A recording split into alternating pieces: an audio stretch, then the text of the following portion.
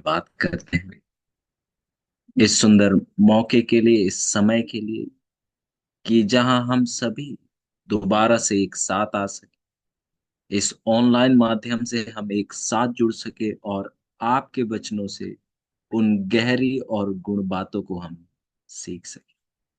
परमेश्वर, आपसे हम प्रार्थना करते हैं कि आप ही अपनी पवित्र आत्मा के द्वारा हम सभी को सिखाए, हम सभी को बताए गहराई से, ताकि ये वचनों को हम व्यक्तिगत रूप में जानते हुए हम दूसरों को भी बताने वाले हो सके, जिसके द्वारा कई लोग जो है बचाया जा सके। परमेश्वर, ये भविष्यवाणी की बातें बहुत जरूरी है और हम खुद में इन बातों को कभी भी नहीं समझ सकते। हम प्रार्थना करते हैं कि आप अपने आत्मा को भेजकर, जिन्होंने इस भविष्यवाणी की बातों को अपने दास दानियल को दिया, हम प्रार्थना करते हैं कि खुद लेखक ही हमें सिखाने वाला, ताकि हम वैसे ही सीख सके जैसे आपने दानियल तक इन बातों को पहुंचाया है। और हम धन्यवाद करते हैं क्योंकि आप हमारे साथ हैं और आप हमें आज दोबारा सिखाने वाले।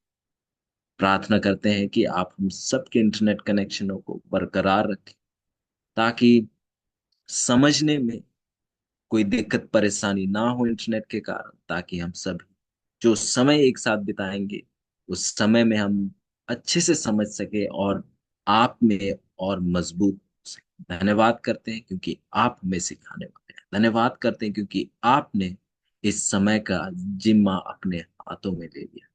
धन्यवाद करते हुए आपके नाम को महिमा देते हुए इस विनती को आपके प्यारे पुत्र यीशु मसीह के नाम से मांगते हैं, आमीन। हम परमेश्वर का विशेषकर धन्यवाद करना चाहते हैं इस सुंदर मौके के लिए, समय के लिए कि हम सभी ऐसे समय के बाद हम एक साथ आते हैं और वचनों से एक साथ सीखते हैं।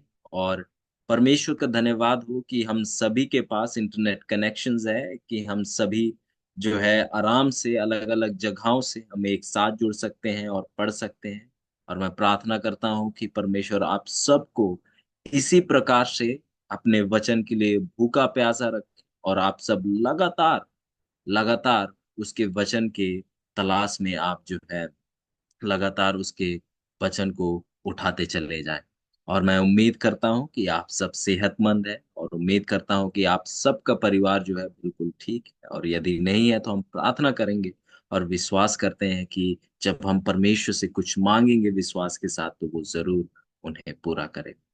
और मैं विश्वास करता हूं कि आप तक जो हमने पढ़ाई की है आप उसके नोट्स ले रहे हैं, और ये भी विश्वास रखता हूं कि आप इन बातों को अपने तक ही सीमित नहीं रख रहे हैं पर आप दूसरों के साथ भी साझा कर रहे हैं, क्योंकि हम इस चीज को बार बार हमने जिक्र किया अपने पढ़ाई में। यदि आप इन पढ़ाइयों को और गहराई से और बेहतरी से समझना चाहते हैं तो आप इन बातों को किसी और के साथ साझा करिए, क्योंकि जब आप इन बातों को किसी और के साथ बांटेंगे तो आपको इन बातों को और गहराई से देखने और समझने का आपको मौका मिलेगा। क्योंकि ये मेरा व्यक्तिगत रूप से मेरा अनुभव रहा है कि जब भी कोई विषय को जब मैंने सुना है तो उतने बेहतरी से नहीं समझा है, पर जब भी उस विषय के बारे में दूसरों के साथ बांटा है तो उन सच्चाइयों को और बेहतरी से और दूसरे नजरिए से देखने का मौका मिला है। और यदि आप चाहते हैं कि इन सच्चाइयों को और करीबी से देखें और बेहतरी से देखें तो आप जो है इन सच्चाइयों को दूसरों के साथ साझा कीजिए। और मैं ये भी उम्मीद करता हूं कि अब तक जो हमने पढ़ा है आप उन्हें भूल नहीं रहे हैं पर उन बातों को आप दोहरा रहे हैं।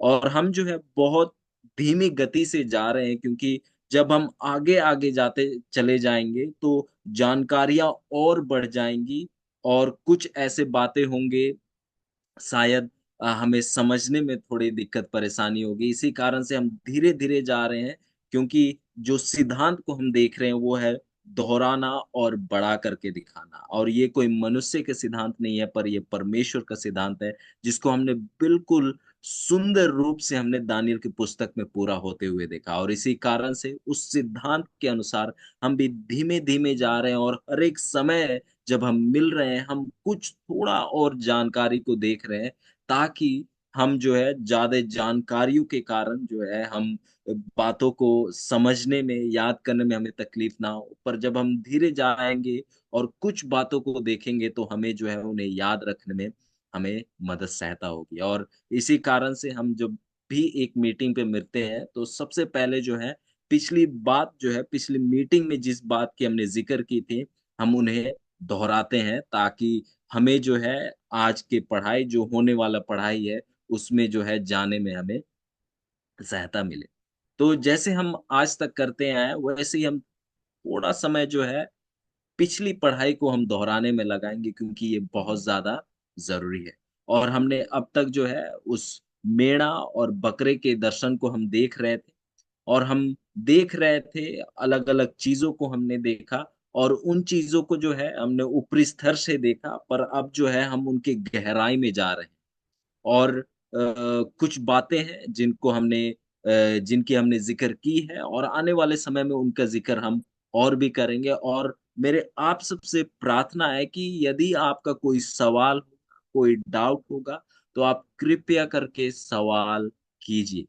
क्योंकि अगर आप कुछ बातों को स्पष्ट रूप से नहीं समझेंगे, तो आने वाली पढ़ाई में आपको समझने में दिक्कत परेशानी होगी, और वो हम बिल्कुल ही नहीं चाहते कि आपको कुछ चीज़ें जो है समझने में परेशानी हो। क्योंकि बाइबल पढ़ाई जो है एक ईंट के ऊपर इमारत खड़ी करने जैसा है, एक घर बनाने जैसा है। और जैसे हम देखते हैं कि घर बनाने के लिए हम एक ईंट के ऊपर दूसरा ईंट रखते हैं, और यदि एक ईंट जो है अगर अच्छे से नहीं रखा हो, तो हम देखते हैं कि इमारत जो है उसकी मजबूती में हम देखते हैं कि असर होता है। इसी प्रकार से यदि कहीं आपके संकोच है, कहीं अगर आपको समझ नहीं आया, तो आप सवाल कीजिए। क्योंकि यदि आप सवाल नहीं करेंगे और आपका जो भी आपको जिस चीज़ में भी परेशानी हो रही समझने में, वो अगर आपके लिए स्पष्ट ना हो, क्लियर ना हो, तो आपको आगे के पढ़ाइयों में बहुत परेशानी हो सकती है। क्योंकि जो पढ़ाई हम कर रहे हैं, ये बहुत ज़्यादा जुड़े हुए हैं। अगर एक कड़ी जो है बिल्कुल कमज़ोर है, तो आपको जो है आगे के पढ़ाई में परेशानी होगी। तो मेरी आपसे गुज़ारिश है, आपसे प्रार्थना है कि यदि आपका सवाल हो, कुछ भी हो, आप जो है बिना कुछ सोचे आप कृपया करके अपने सवालों को जो है आप पेश कीजिए। और यदि पढ़ाई के बाद आपको कोई सवाल नहीं आते हैं, पर यदि ऐसा होता है कि जब आप इन पढ़ाई को दोहरा रहे हैं और आपको सवाल आता है, तो आप कृपया करके पास्टर इज़राइल से आप कॉन्टैक्ट कीजिए, आप उन्हें सवाल भेजिए। और यदि आप चाहें कि आप मुझे डायरेक्टली सवाल भेजना चाहें, तो आप पास्टर इज़राइल से आप मेरा नंबर ले लीजिएगा, ताकि आप जो है सवाल मेरे तक जो है डायरेक्टली भेज सकें, ताकि हमें जो है कहीं भी कुछ संकोच ना हो इस पढ़ाई में। तो पिछली सभा में हम देख रहे थे दानियल 8 उसका 3 से 5, और दानियल 8 उसका 3 से 5 में हम उस मेढ़े को देखते हैं जिसका 2 सींग है। और हम देखते हैं कि ये जो मेढ़ा है जिसके 2 सींग हैं, हम देखते हैं कि ये बहुत जो है ताकतवर है। और हम देखते हैं कि ये जो है 3 दिशाओं में सींग मारता है। आइए और हम इसको जो है वचन से देखना चाहेंगे। और यहाँ इस प्रकार लिखता है 3 से 5 तक, फिर मैंने आंख उठाकर देखा कि उस नदी के सामने 2 सिंघों वाला एक मेढ़ा खड़ा है। उसके दोनों सींग बड़े हैं, परंतु उनमें से एक अधिक बड़ा है, और जो बड़ा है वह दूसरे के बाद निकला। मैं उम्मीद करता हूं कि इसका अर्थ जो है आपके सामने स्पष्ट हो चुका है। 4 कहता है कि मैंने उस मेढ़े को देखा कि वह पृथ्वी पश्चिम, उत्तर और दक्षिण की ओर सींग मारता है, और कोई जंतु उसके सामने खड़ा नहीं रह सकता, और ना उसके हाथ से कोई किसी को बचा सकता है, और वह अपनी ही इच्छा के अनुसार काम करके बढ़ता जाता है। तो हमने देखा कि ये जो ताकत है, ये जो मेढ़े के द्वारा जिस ताकत की जिक्र की जा रही है, वो कोई और नहीं पर मेदो और फारस का राज्य है। और हमने इस बात को हमने पिछले पढ़ाई में देखा, और इस चीज को आप यदि देखना चाहें, इतिहास से देखें या वचन से देखें, तो आप इस सच्चाई को जो है आप पाएंगे कि जो ताकत जिसने बाबुल राज्य का खात्मा किया था, मिस्र का खात्मा किया था, लीडिया का खात्मा किया था, वो कोई और नहीं बल्कि मिदो और फारस का राज्य था। आइए हम दानियल 8 के 20 को पढ़ेंगे। देखिए वचन हमसे क्या कहता है। यहाँ इस प्रकार लिखता है, जो दो सींगों वाला मेढ़ा तूने देखा है उसका अर्थ मादियों और फारसियों के राज्य से है। हम देखते हैं कि वचन जो है खुद ही स्पष्ट रूप से हमें ये जवाब दे देता है कि ये दो सिंहों वाला मेढ़ा जो है वो कोई और नहीं पर मादी और फारस के राज्य से इसका लेन देन है। ये मादी और फारस के राज्य का है।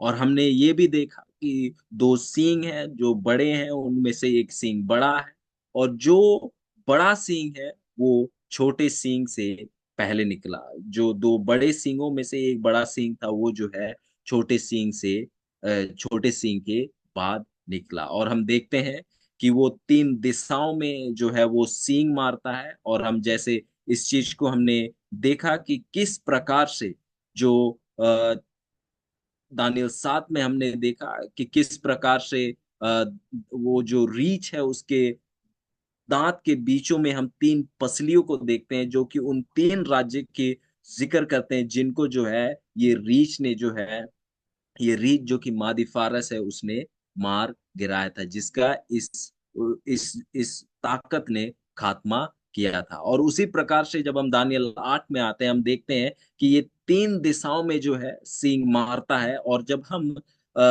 मैप में जाकर देखते हैं तो हमें दिखता है कि बिल्कुल जैसे वचन कहता है वैसे ही जब हम देखते हैं कि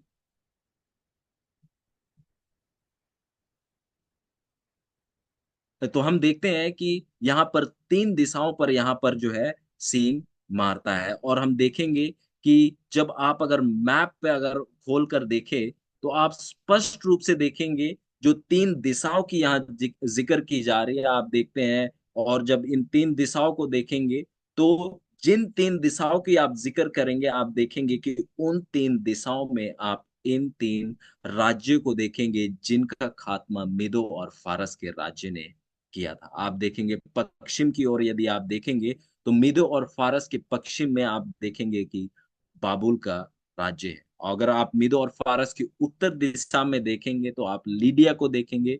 दक्षिण में देखेंगे तो आप देखेंगे कि मिस्र का राज्य है। तो हम देखते हैं कि किस प्रकार से सुंदर तरीके से अगर आप जो है मैप में भी देखें तो आप इस सच्चाई को जो है स्पष्ट रूप से आप देख सकते हैं। मैं आपके सामने एक और मैप को रखना चाहूंगा और आप यहाँ देख सकते हैं कि मादी और फारस का राज्य जो है, मैं आपके सामने जो है इस लेजर पेन से आपके सामने दिखाना चाहूंगा।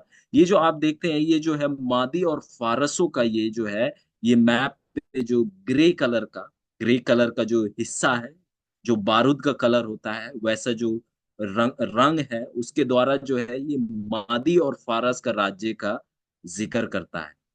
और आप देखेंगे कि मादी और फारस के बिल्कुल पश्चिम में आप देखेंगे कि बाबुल का है। और आप अगर उत्तर की दिशा में देखेंगे आप लीडिया है कि दूसरा और राज्य है जिसको मादी और फारस ने मार गिराया था। और जब आप उसके दक्षिण में देखेंगे तो आप मिस्र के राज्य को देखेंगे। जैसे कि हम देखते हैं कि हम इन चीजों को पढ़ रहे हैं तो आप देखें कि इतिहास में भी जो है ये बातें जो है स्पष्ट रूप से जो है दाखिल की गई है। आप यदि जाएं तो आप इंटरनेट पे भी देख सकते हैं और इन सच्चाइयों को आप देख पाएंगे। जो पश्चिम दिशा है उधर उसके उस दिशा में आप बाबुल को देखते हैं, और उत्तर दिशा में आप लीडिया को देखते हैं, और दक्षिण में आप देखते हैं कि मिस्र का राज्य है। तो हम देख रहे हैं कि ये सच्चाई जो कितने स्पष्ट रूप से बाइबल भी पेश करती है। हम देखते हैं कि इतिहास और भूगोल भी कितने सुंदर तरीके से इस चीज को पेश करती है। फिर इसके साथ हम जो है दानियल 8 के 5 में जहां पर आज जो है कुछ समय के लिए हम जो है समय बिताना चाहेंगे, क्योंकि आज का विषय है बकरा और चार सींग। क्योंकि हम उस चार सींगों को परखना चाहेंगे, क्योंकि जब हम पढ़ते हैं, जब हम दानियल 8 के 5 में और उसके आगे पढ़ते हैं बकरा, फिर उस चार सिंगों के बाद फिर उसके बाद जब हम छोटा सिंह को देखते हैं तो हमें ऐसा लगता है कि शायद कुछ अंतर हमें नजर आ रहा है दानियल 7 को और दानियल 7 को, और हम जब दानियल 8 को रखकर देखते हैं और छोटा सिंह के बारे में जिक्र देखते हैं तो हमें ऐसा लगता है कि कुछ अंतर है। तो हम जो है आज से कुछ पढ़ाइयों में हम देखना चाहेंगे कि क्या बाइबल में अंतर है या हमें कुछ समझने की जरूरत है। 5 इस प्रकार लिखता है कि मैं सोच ही रहा था तो फिर क्या देखा कि एक बकरा पश्चिम दिशा से निकलकर सारी पृथ्वी के ऊपर ऐसा फिरा कि चलते समय भूमि पर पांव ना छुआया, और उस बकरे की आंखों के बीच एक देखने योग्य सींग था। तो यहां पर हम देखते हैं कि 8 का 5 हमें बताता है कि इस दर्शन में जो है दानियल देख ही रहा था, तो देखते देखते उसे एक बकरा दिखाई पड़ता है जो कि पश्चिम दिशा से आता है, और वो इतनी तेज गति से चलता है पृथ्वी पर कि उसका पांव जो है जमीन पर छूता भी नहीं। इसके लिए मैं आपके सामने जो है एक और तस्वीर पेश करूंगा, और हम जो है भूगोल के द्वारा देखना चाहेंगे किस प्रकार से जो है ये सच्चाई को भी हम जो है वचन पर देख सकते हैं। हम भूगोल के द्वारा उस चीज को हम देखना चाहेंगे, और जो है आप इस चीज को देख सकते हैं। अ, समय दीजिएगा। तो यहाँ पर आप देख सकते हैं कि वचन हमें बताता है कि पश्चिम दिशा से ये बकरा निकल कर आया। और जब आप अ, अगर आप ये बकरा का पहचान करना चाहते हैं कि ये बकरा वाकई में कौन है, तो आप इसके लिए खोल सकते हैं दानियल 8 का 21। देखिए बाइबल किस प्रकार से हमारे सामने इस सच्चाई को स्पष्ट करता है कि ये बकरा जो है ये वाकई में कौन है। इस प्रकार लिखता है, और वह रोआर बकरा यूनान का राज्य है, और उसकी आंखों के बीच जो बड़ा सींग निकला वह पहला राजा है। तो आप देख सकते हैं कि वचन कितने स्पष्ट रूप से और साफ साफ तरीके से हमें ये सच्चाई हमारे सामने पेश कर दिया जाता है कि ये जो बकरा जो है ये वाकई में यूनान का राज्य है।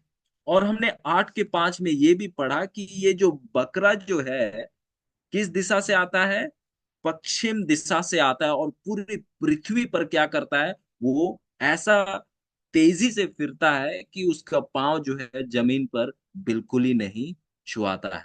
और यदि आप देख रहे हैं इस तस्वीर में, यदि आप देख रहे हैं तो आप देखेंगे कि यहाँ पर आप अंग्रेजी में जो है ग्रीस लिखा हुआ है, अंग्रेजी में जो यूनान जो राज्य है उसे ग्रीस कहा जाता है। और आप देखेंगे कि ये जो है जो यूनान है ये जो है मादी और फारस, आप देखेंगे कि मादी और फारस का राज्य इधर है जिसको हमने पिछले मैप में भी देखा था। और आप देखेंगे कि ये जो यूनान का राज्य जो है, मादी और फारस जो राज्य है, आप देखेंगे किस दिशा में है, पश्चिम दिशा में है। मादी और फारस के राज्य से यूनान का राज्य आप देखेंगे कि पश्चिम दिशा में है। आप जानते हैं कि अगर आप देखें तो इस प्रकार जो होता है आप इस प्रकार से होता है। और आप मैं उम्मीद करता हूं कि आप इस चीज को अच्छे तरीके से जानते हैं, भूगोल में हम इस चीज को देखते हैं। और आप देखेंगे कि इस दिशा में आप देखेंगे कि मीदो और फारस का राज्य है, और यूनान का राज्य आप देखेंगे कि इस दिशा में है। तो आप देखते हैं कि जो वचन का सच्चाई, यदि आज भी आप अगर मैप उठाकर देखेंगे उस सच्चाई को आप स्पष्ट रूप से देखेंगे। और हम देखते हैं कि ये बातें होने से पहले ये सच्चाई जो है परमेश्वर ने जो है दानियल को बताई थी। दानियल को परमेश्वर ने बताया कि मादी और फारस का राज्य किस दिशा में होगा और यूनान का राज्य किस दिशा में होगा। तो हम देखते हैं कि वचन बताता है कि ये जो यूनान का राज्य जो है ये जो है पश्चिम दिशा से आता है, और पूरे पृथ्वी पर ऐसे तेजी के साथ जो है बढ़ता है, और हम देखते हैं कि उसका पांव जो है जमीन पर नहीं छुआता है। और आप इस सच्चाई से बिल्कुल वाकिफ है, इस चीज के बारे में हमने बिल्कुल अच्छे तरीके से जिक्र किया था, दानियल 7 में भी हमने जिक्र किया था कि इस तेजी जो है, हम दानियल 7 में देखें तो हम देखते हैं कि एक चीता है जिसके 4 सिर हैं, फिर उसके 4 पंख हैं। और जब हम दानियल 8 में आते हैं तो हम एक बकरा को देखते हैं जिसके आंखों के बिल्कुल बीचों बीच एक देखने योग्य सींग है, और ये जो बकरा इतने तेज गति से जाता है कि आप जो है, ऐसा आपको लगेगा कि ये भाग रहा नहीं है पर ये उड़ रहा है।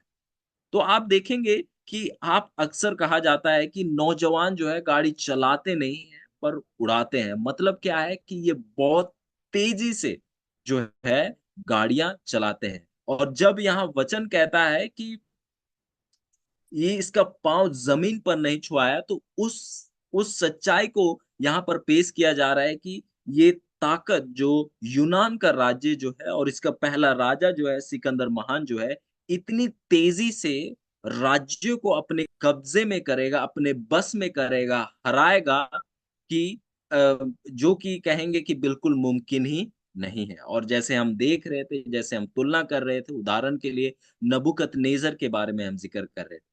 और जब आप नबूकदनेस्सर के जीवन को पढ़े और जैसे वो राज्य को अपने वश में कर रहे थे, अ, वश में कर रहे थे, आप देखेंगे कि आप देखते हैं कि वहां पर हम देखते हैं कि नबूकदनेस्सर ने केवल 3 साल जो है, केवल यरूशलेम को अपने कब्जे में लाने के लिए उतना समय लिया था।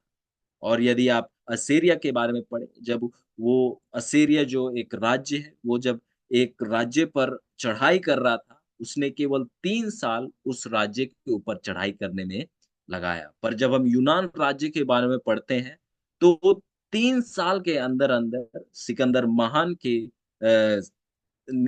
महान जब उसका राजा था, हम देखते हैं कि 3 साल के अंदर अंदर जो है इतने बड़े राज्य को, इतने बड़े जगह को उसने अपने कब्जे में ले आया। और जैसे हम पहले भी जिक्र कर रहे थे, आप देखेंगे ये यूनान का राज्य यहाँ पर है।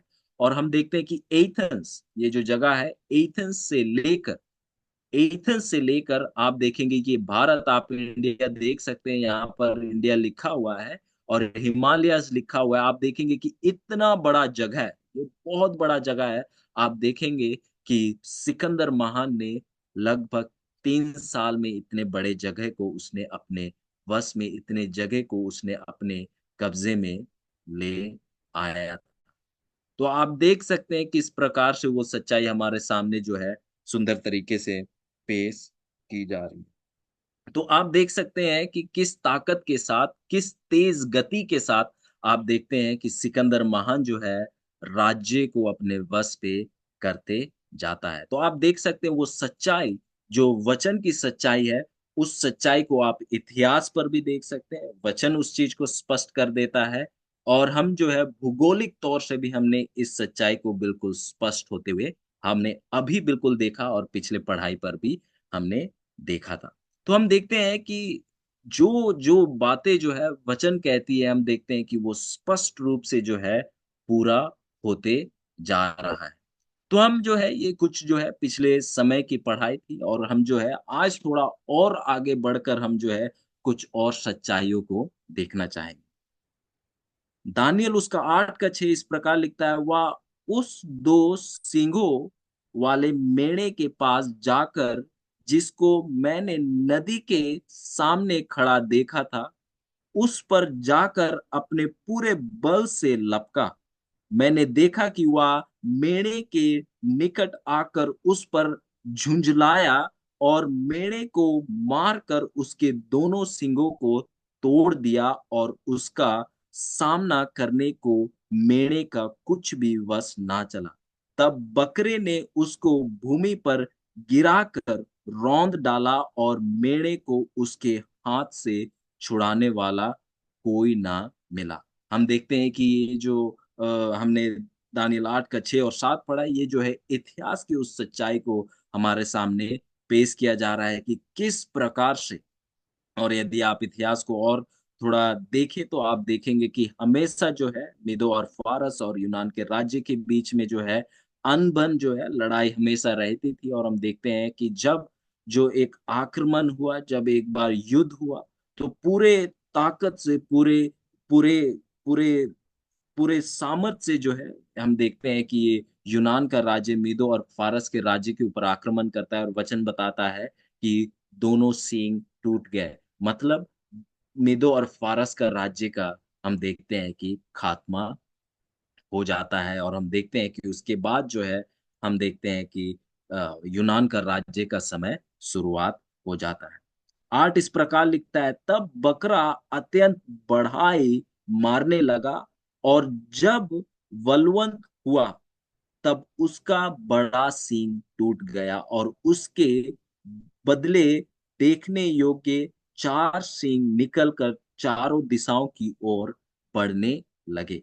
8 हमें इस प्रकार से बताता है कि ये जो ताकत है उसका पहले राजा की जिक्र करते हुए कि ये बिल्कुल बढ़ गया, ये जो है इस पे घमंड आ गया, और यहाँ वचन कहते हैं कि अत्यंत बढ़ाई करने लगा। और हम देखते हैं कि इसका जो राजा जो है सिकंदर महान जो है, इसकी जो है कहता है कि सींग टूट गया, मतलब इसकी किसी युद्ध में मौत नहीं हुई, पर हम देखते हैं कि इसकी मौत जो है, जैसे हम पहले पढ़ रहे थे कि नशे के द्वारा जो है, नशीले पदार्थ जो है दारू पीने के कारण जो है हम देखते हैं कि सिकंदर महान की जो है मौत हो गई। इतिहास हमें इस बात को स्पष्ट रूप से बताती है।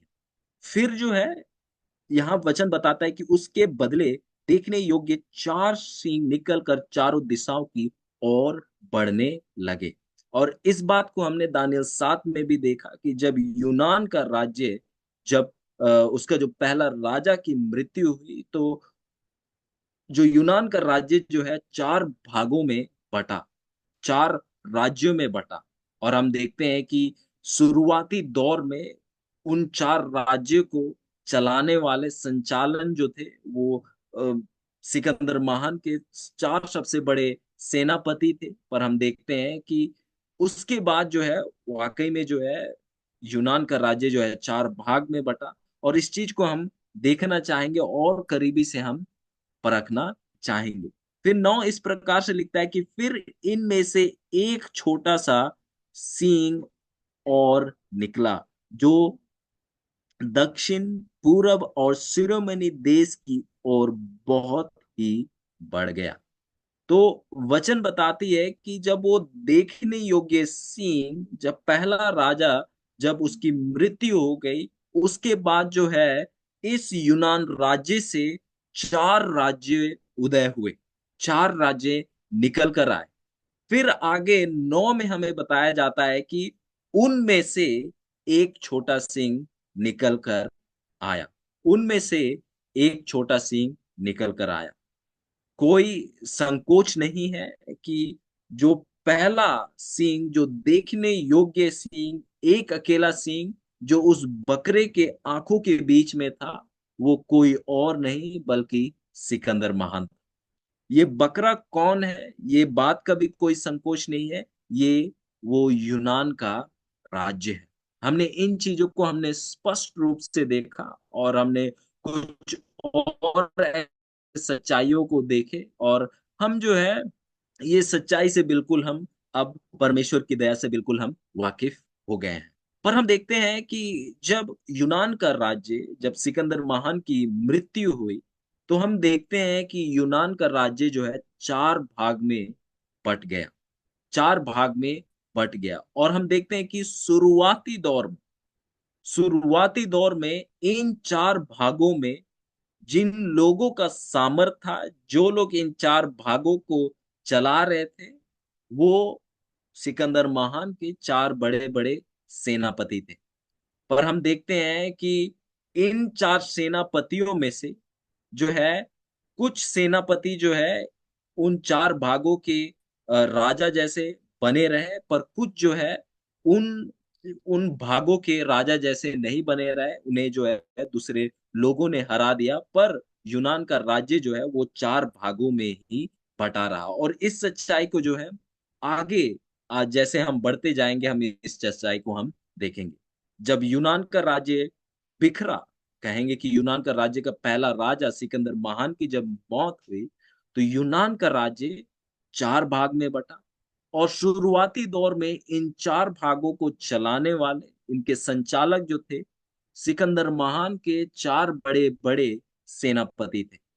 पर हम देखते हैं कि उन चार सेनापति में से हर एक सेनापति जो है उन राज्य को मजबूती से चलाने में सफल नहीं रहे। कुछ कुछ जो थे कमजोर थे और इसी कारण जो है उन्होंने हार का सामना किया। पर फिर भी जो है यूनान का राज्य चार भाग में बटा रहा, पर उन चार भागों को उन चार सेनापतियों के द्वारा चलाए जाने की जगह हम देखते हैं कि दूसरे लोग चलाए, पर वो चार भाग जैसे वचन कहता है यूनान का राज्य चार भाग में बटा ही रहा। और वचन इस बात को स्पष्ट रूप से रखता है कि वो चार सींग जो है चार राजाओं को नहीं पर चार राज्य को दर्शा रहा है। वो चार सींग जो है चार राजाओं को नहीं पर चार राज्य को दर्शा रहा है। ये बात भी हमें इस बात पर गौर करने की भी हमें बहुत ज्यादा जरूरत है। क्योंकि और इसके लिए आप पढ़ सकते हैं दानियल 8 का 22, यहाँ इस प्रकार लिखता है, वह सींग जो टूट गया और उसके बदले जो चार सींग निकले, इसका अर्थ यह है कि उस जाति से चार राज्य उदय होंगे, परंतु उनका बल उस पहले का सा ना रहा। तो आप देखते हैं कि जब वो पहला सींग टूटा, जब सिकंदर महान की मृत्यु हुई, तो चार राज्य और उदय हुए। चार राज्य जो है यूनान के राज्य जो है हम देखते हैं, जैसे हमने मैप में देखा कि यूनान का राज्य जो है बहुत बड़ा राज्य था। और जब पहला राजा सिकंदर महान की जब मौत हुई, मृत्यु हुई, तो यूनान का राज्य चार भाग में बटा। और हम देखते हैं कि उसके बाद जो है यूनान का राज्य जैसे वो बढ़ रहा था, फैल रहा था, वैसे जो है यूनान का राज्य नहीं बढ़ा। सिकंदर महान के दौर में ही जितना जो है यूनान का राज्य को बढ़ना था, जितना जो जगहों को वो अपने वश में कर रहा था, केवल सिकंदर महान के दौर में हुआ। उसके बाद जो है वो दौर का जो है सिकंदर महान के साथ जो है समाप्ति में आ गई। तो हमें वचन स्पष्ट रूप से बताता है जो चार सींग थे, चार सींग थे जो कि पहले सींग के बाद आए, वो चार राज्य हैं, जिनको जैसे हम जिक्र कर रहे थे शुरुआती दौर में, जो कि एक समझने वाली ही बात है, क्योंकि शुरुआती दौर में उनको जो है संभालने वाले चार सेनापति रहे थे। पर हम देखते हैं कि उन चारों सेनापति में से चारों जो है उन राज्य को जो है मजबूती से बढ़ा नहीं सके, और जिस सच्चाई को हम आगे बिल्कुल स्पष्ट रूप से देखने वाले। और यदि आप इतिहास में देखें और जब आप सिकंदर महान के राज्य के बारे में आप पढ़ाई करें, तो जब सिकंदर महान का राज्य कहेंगे, जब सिकंदर महान की मृत्यु हुई, तो ऐसा नहीं कि उसके तुरंत मृत्यु होने के बाद उसका राज्य जो है चार भागों में बिल्कुल स्पष्ट चार भागों में बट गया। नहीं, हम देखते हैं कि कुछ समय के बाद ऐसा हुआ। और यदि आप इतिहास देखें और यूनान राज्य के इतिहास को देखें, आप देखेंगे कि कुछ समय ऐसा रहा कि यूनान का राज्य तीन भाग में बटा हुआ था। कुछ समय ऐसा रहा कि यूनान का राज्य चार भाग में बटा रहा। कुछ समय ऐसा रहा कि यूनान का राज्य जो है दो भाग में भी बटा रहा। पर हम देखते हैं कि आखिर में जैसे वचन ने कहा जो है चार भागों में जो है यूनान का राज्य बट गया। और हम देखेंगे कि उन चार राज्यों को चलाने वाले उनके संचालक कौन कौन थे। शुरुआती दौर में हाँ उनके सेनापति थे, पर हमने जैसे जिक्र किया कि उनके सेनापति सभी इतने ताकतवर नहीं थे कि अपने राज्य को कायम रख सके। जो कायम रख सके उनको वो राज्य उनके पास थे, और जिन पे जो कायम नहीं रख सके, हम देखते हैं कि उन भागों को किसी और ने उनका संचालक बने। और हम क्यों जो है यहाँ पर हम समय बिता रहे हैं इन चार राज्यों के यूनान राज्य के उन चार भागों को, क्योंकि जो है हम एक चीज को समझना चाहते हैं जो कि हमारे लिए बहुत ज्यादा जरूरी है। क्योंकि हम यहाँ देखते हैं एक एक एक सच्चाई को हम यहाँ देख रहे हैं जो कि हमारे लिए समझना बहुत बहुत ज्यादा जरूरी है। क्योंकि जब हम दानियल 8 का 9 को पढ़ रहे हैं, तो 8 का 9 बताता है कि फिर इनमें से एक छोटा सा सींग और निकला, जो दक्षिण पूरब और सिरमनी देश की ओर बहुत ही बढ़ गया।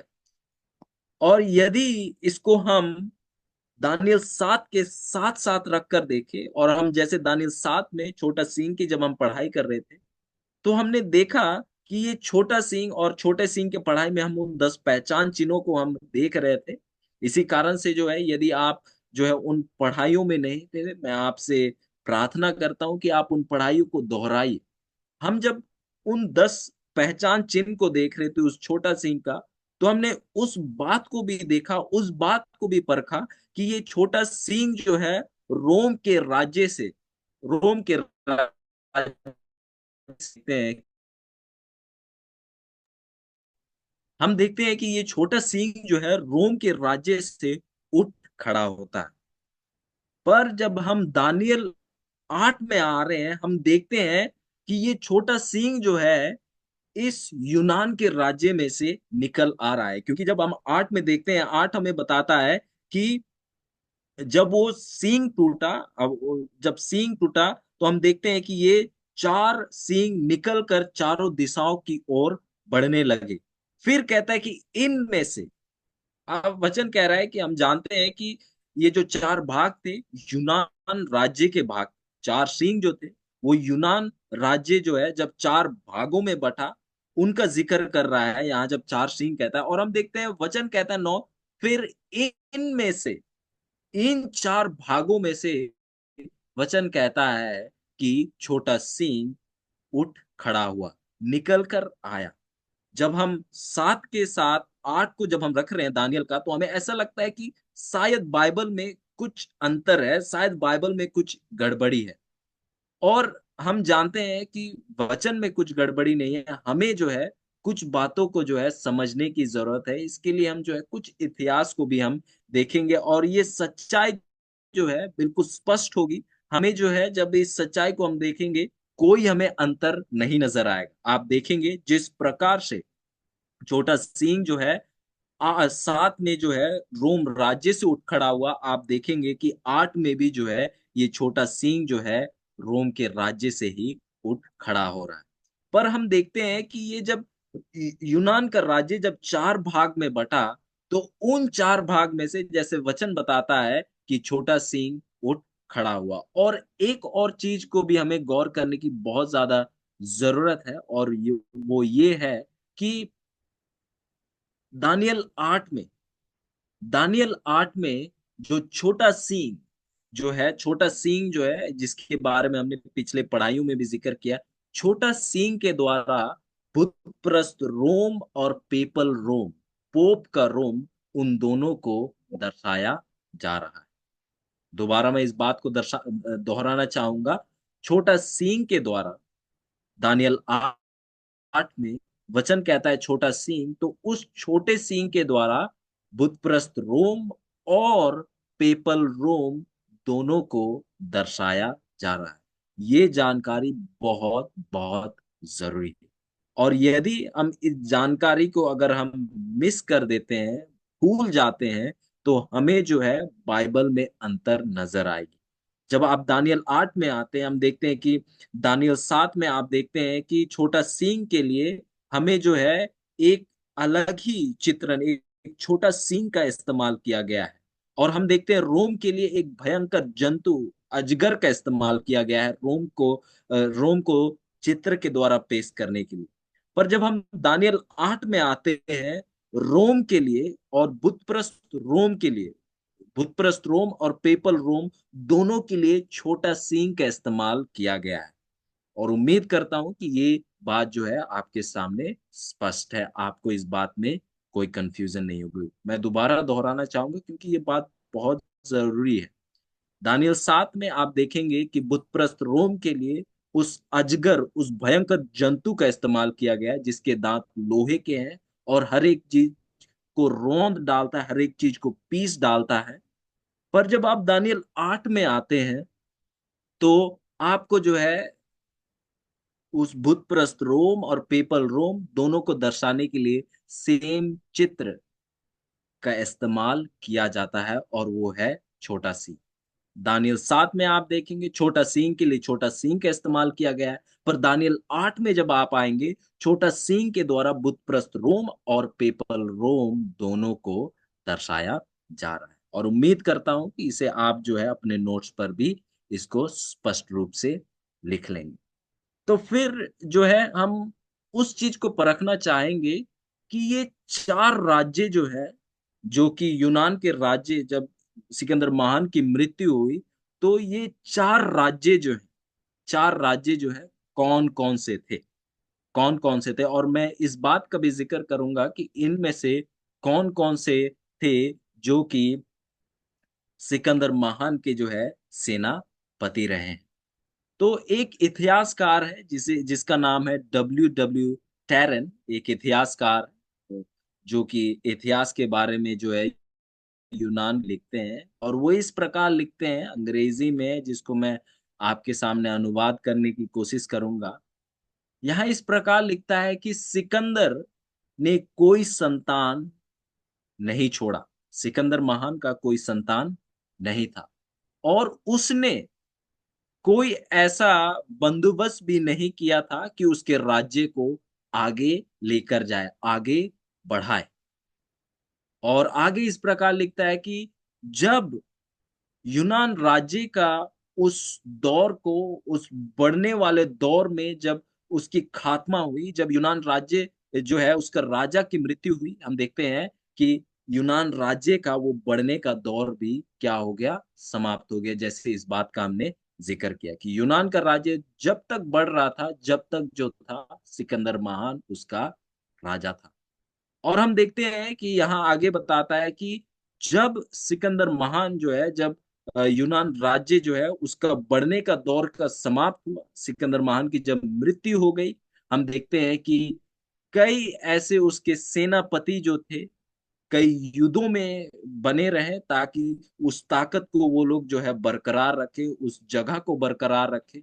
और वो लोग जो है उस ताकत को पूरे जगह पर अपना कब्जा बनाए रखने के लिए उन्होंने बहुत से ऐसे युद्ध लड़े। फिर बताया जाता है कि एक युद्ध था एफेसुस पे 301 ईस्वी में, और वो एक ऐसा युद्ध था, वो इस बात का निश्चय कर दिया था कि ग्रीको में जो मैकेडोनियन जो दुनिया है, वो जो है अब पहले जैसे एक समान जुड़ी नहीं रहेगी। जैसे सिकंदर महान के समय ये पूरा यूनान का राज्य एक था, वैसा अब नहीं बना रहेगा। ये बात जो है एफेसुस के युद्ध में, जो कि 301 ईस्वी में लड़ी गई थी, उस पे स्पष्ट हो गई। और आगे इस प्रकार लिखता है कि 2000 दो, दो कहता है कि 2075 ईस्वी तक, कहता है कि तीन राज्य जो है उसके तीन सेनापतियों में से जो है बिल्कुल स्पष्ट हो गए थे। हम जिक्र कर रहे थे कि शुरुआती में जो है चार सेनापति ही उनको चला रहे थे, उन पर प्रभुता कर रहे थे। हम पर यहाँ जो है इतिहासकार बताता है कि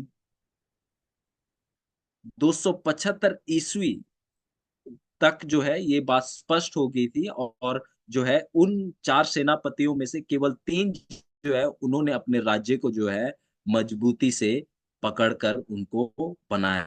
पहला जो कि सेनापति था, जिसका नाम है सेलुसिड्स, जो कि उसने जो है वो, जो कि वो फारसी फारसी राज्य जो कि हमारे एशिया के साइड पड़ता है, उस पर उसने प्रभुता की, उसका जो है वो राजा के समान रहा। फिर टॉलेमीज जो है वो मिस्र देश की और के भाग को वो उस पर राज्य करने लगा। फिर एंटीगोनिड्स जो कि मैकेडोनिया, एंटीगोनिड मैकेडोनिया जो है उस भाग को जो है मैकेडोनिया भाग जो है, जो कि यूनान राज्य में है, उस भाग को वो जो है चलाने लगा। फिर यहाँ कहता है कि चौथा चौथा राज्य चौथा राज्य जो है, कहते हैं कि उसका जो चालक जो है सिकंदर महान के साथ, उसका जो प्रभु कहेंगे कि उसका चालक जो है सिकंदर महान से उसका कोई लेना देना नहीं था। और वो जो थे एटलेट्स ऑफ परगमम कहा जाता है, जो कि एशिया माइनर, जो कि सेलुसिड जो है पहला पहला जो कहेंगे कि पहला जो उनका जनरल था, जो सिपाही था उनमें से था, उनके द्वारा जो है हम देखते हैं कि वो जो है उस भाग को एटलीस्ट जो है उस सेलुसिड के कहेंगे सहायता के द्वारा जो है उस भाग का वो लोग जो है उस भाग को जो है अपने कब्जे में ले पाया। और यहाँ आगे लिखता है, और ये जो है ताकतवर बने, ये जो एथलीट्स जो है, और परगमम के जो ये एथलीट्स है, ये जो है ताकतवर बने किसके द्वारा? रोम के सहायता के द्वारा। तो आप देखेंगे कि इन चार भाग जो बने, हम देखते हैं कि यूनान राज्य जो है चार भाग में बटा। तो एक भाग जो है एथलीट्स जो है, जो कि परगमम के हैं, हम देखते हैं कि वो ताकतवर बने, महान बने, किसके सहायता के द्वारा? रोम के सहायता के द्वारा। और आप देखेंगे इन कड़ियों को जुड़ते हुए, और आप देखेंगे कि किस तरीके से रोम जो है, हम देखते हैं कि इन चार भाग में से एक भाग से रोम आता है, जिनमें से हम देखते हैं कि छोटा सिंह भी निकल कर उठ खड़ा होता है। तो इन सच्चाइयों को हम धीरे धीरे करके हम स्पष्ट होते हुए देखेंगे। तो हम देखते हैं कि यूनान का राज्य टूटा और चार भाग में बिखरा, और चार भाग में से तीन भाग जो थे उनको चलाने वाले उसके जो सिकंदर महान है उसके सेनापति रहे। पर हम देखते हैं कि एक भाग जो है, ऐसा व्यक्ति उसका चालक था, जो कि सिकंदर महान के साथ कोई रिश्ता नहीं था, पर उसका जो है रिश्ता, उसने जो है अपना जो सपोर्ट जो है, जो पहला पहला सेनापति था सेलुसिड, उससे अपना जो है सपोर्ट पाया, जिसके द्वारा जो है एशिया माइनर में जो है उसने जो है उस चौथे सिकंदर महान के सेनापति की जगह उसने जो है उस राज्य को, हम देखते हैं कि उसने उस राज्य को चलाया। और ये किताब जो है हेलेनिस्टिक सिविलाइजेशन, आप इस किताब को पढ़ सकते हैं, जहां पर ये सच्चाई जो है स्पष्ट रूप से लिखा गया है। तो हमने इस कुछ बातों को मैंने आपके सामने अनुवाद किया है, और ताकि आप कंफ्यूज ना हो, इन बातों को मैं आपके सामने दोबारा स्पष्ट करना चाहूंगा। तो आप देखते हैं कि यूनान का राज्य चार भाग में बटा। कुछ शब्दों में यूनान का राज्य चार भाग में बटा, और ये बात स्पष्ट है, मुझे मालूम है, क्योंकि हमने बार बार इस बात का जिक्र किया कि यूनान का राज्य चार भाग में बटा। और जो है कुछ भाग जो है, जिन भागों को जो है अलग अलग लोगों ने चलाया, हम इस चीज को हम यहाँ देखने वाले हैं। तो अलग अलग लोगों ने इस चीज को चलाया, हम इसे जो है हम देखते हैं कि मैप के द्वारा भी हम इस चीज को देखना और परखना को रखना चाहिए, जो कि हमें जो है समझने में जो है बिल्कुल मदद सहायता करेगा।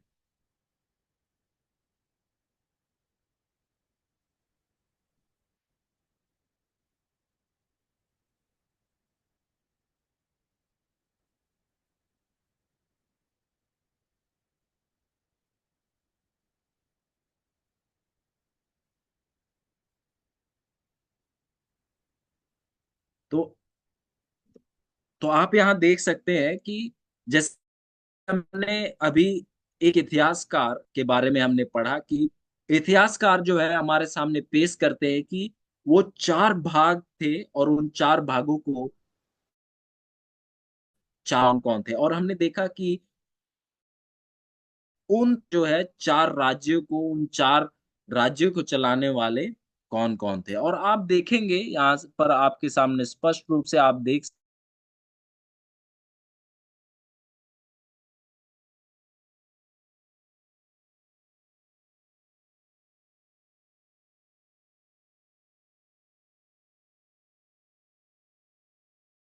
कि उस तरफ जो है सेलूसिड्स जो है, उन लोगों ने उस भाग का राज्य किया, जो कि सिकंदर महान का एक एक सेनापति था।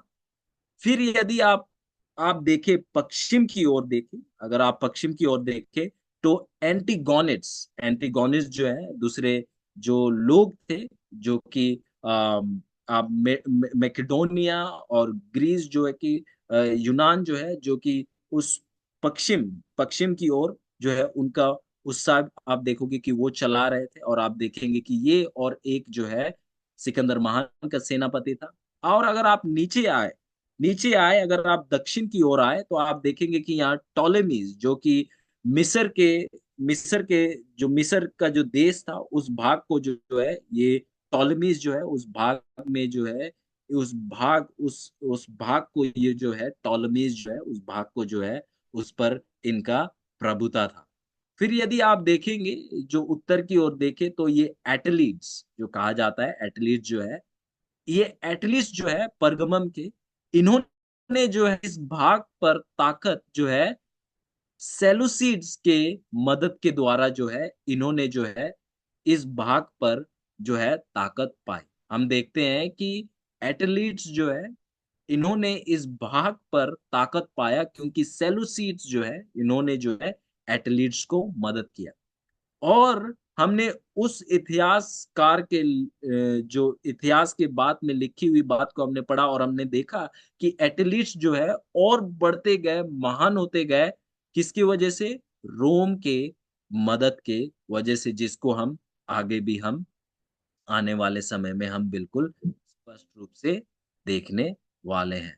तो आप देख सकते हैं कि ये सच्चाई जो है हमारे सामने कितने स्पष्ट रूप से पेश की जा रही है। तो हम देखते हैं कि 4 भाग में जो है यूनान का राज्य बँटा। एंटिगोनिड्स, फिर आप देखते हैं सेलूसिड्स, फिर टॉलेमीज़ और एटलीड्स। हम देखते हैं कि ये 4 भागों में बँटा, और इन भाग में से जो है एक भाग से हम देखते हैं कि रोम का राज्य जो है उठ खड़ा होता है, बुतप्रस्त रोम जो है उठ खड़ा होता है। और जब बुतप्रस्त रोम इन एक भाग में से, जो कि एटलीट्स होगा, जिसको हम आगे और देखेंगे आने वाले समय में, हम देखते हैं कि एटलीट्स में से हम देखते हैं कि रोम का राज्य आता है, जिसमें से आप देखेंगे कि जो पेपल रोम है वो भी उठ खड़ा होता है। तो आप देखेंगे कि कोई भी हम देखते हैं कि कोई भी बाइबल में अंतर नहीं है, बाइबल में कोई गलती नहीं है। पर हम जानते हैं कि कोई ये सवाल भी करेगा कि क्यों परमेश्वर ने जो है कोई दूसरा जंतु का इस्तेमाल क्यों नहीं किया, या कोई दूसरा सींग का, या कुछ ऐसा कुछ क्यों नहीं इस्तेमाल किया, जिससे जो है बुतप्रस्त रोम और पेपल रोम, उन दोनों में के लिए जो अलग-अलग चित्रण का इस्तेमाल परमेश्वर ने क्यों नहीं किया।